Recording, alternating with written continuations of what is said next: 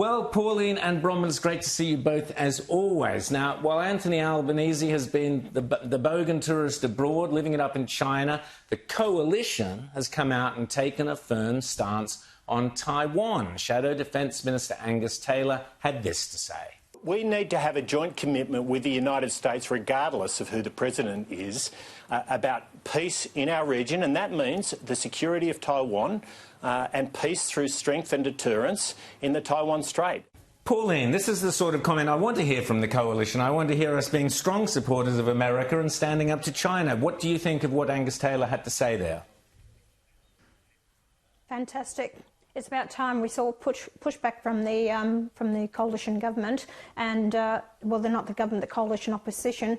But I think it's great comments, and I'm pleased to hear it. And it should be joint, both sides. We need to stand by America. They are our ally. We have a pact with ANZAC with them. We have, the AUKUS agreement.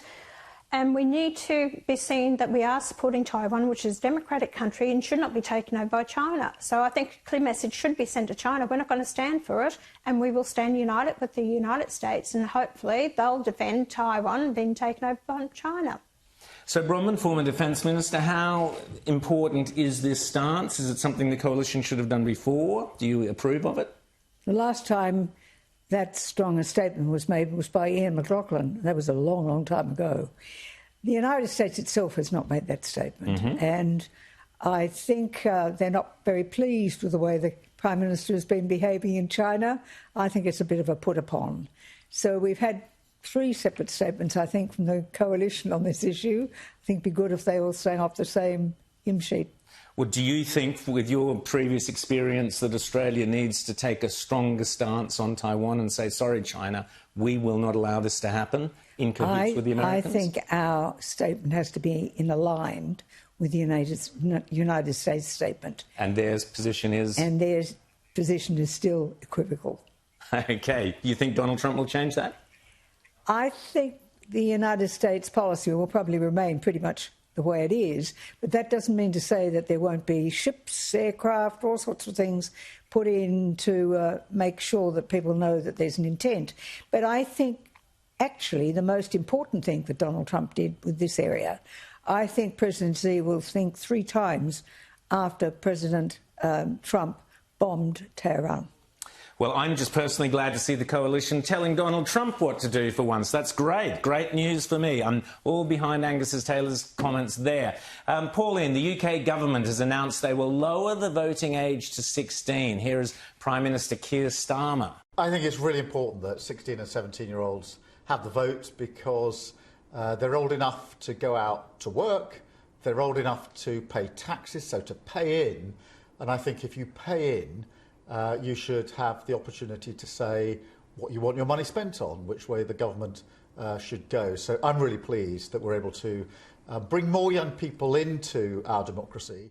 Pauline, here in Australia, the E-Safety Commissioner wants to ban everyone from even going on YouTube because they're so juvenile up to 16, yet the Brits want to give them the vote. What do you make of all this nonsense?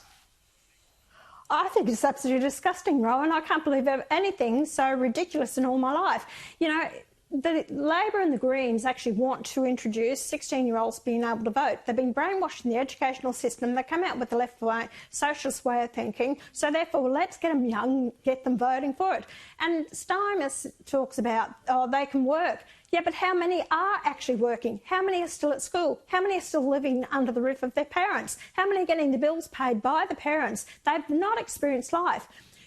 My time in politics and speaking to a lot of people, very few young ones, even at that age, understand politics at all. They don't understand local, state and federal governments. They don't understand the voting system. They don't know how the preference system works. They can't even, they're not on the roll to become a candidate. That's another thing under British law. Can they actually be a candidate at 16 years of age? I think it's ridiculous, and I hope it never happens here.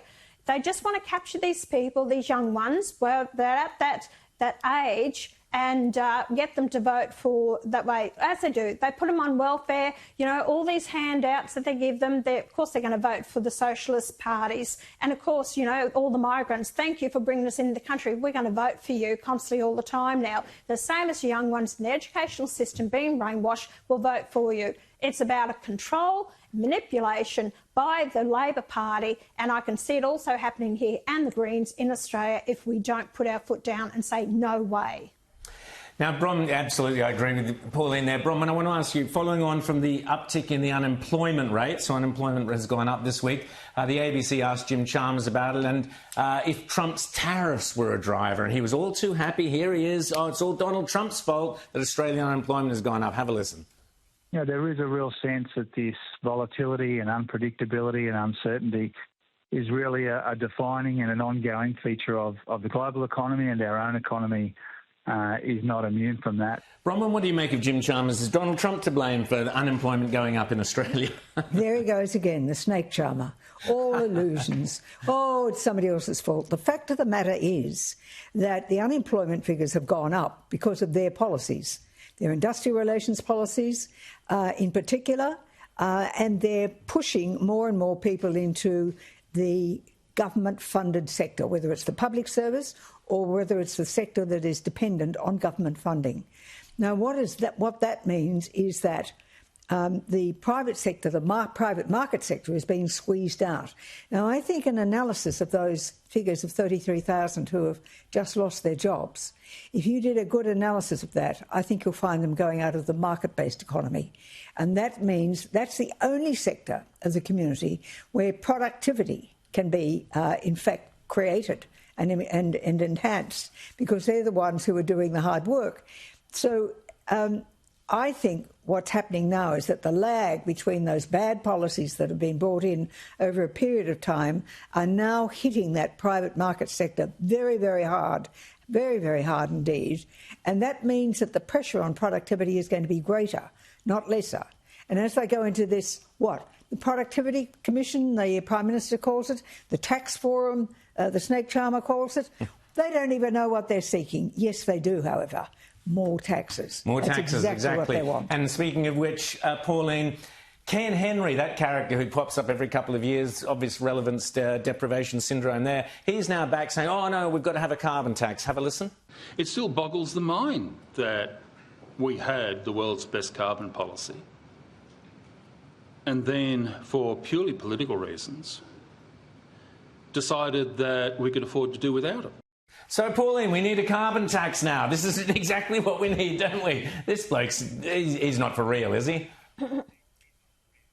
We certainly don't need Ken Henry, and actually the report that he brought down in 2010, the taxation report, he wanted the mining tax. Thank God it was Tony Abbott that actually got rid of that mining tax, because it advised Julia Gillard to go ahead with it, and the carbon tax then at that time. He failed the National Bank when he was involved with them as well. So everything this man has touched, I think it was the Royal Commission into the banking sector.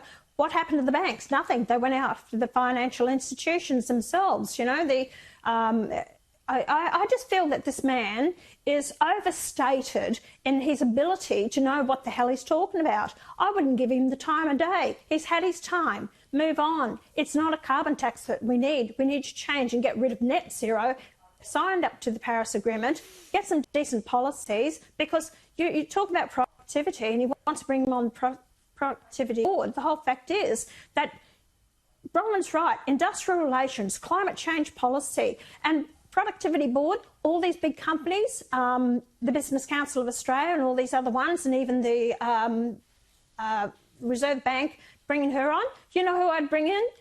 Dick Smith, Gerald Harvey, Solomon Lew and Gina Reinhart. That's who I'd bring in, get advice from them about productivity in Australia. I want the entrepreneurs, these people who build their businesses, start up from scratch and know exactly what they're doing. Here, Pauline Hanson, Bronwyn Bishop. So beautifully put by both of you. Thanks so much for coming on The World According to Rowan Dean. And we'll see you soon.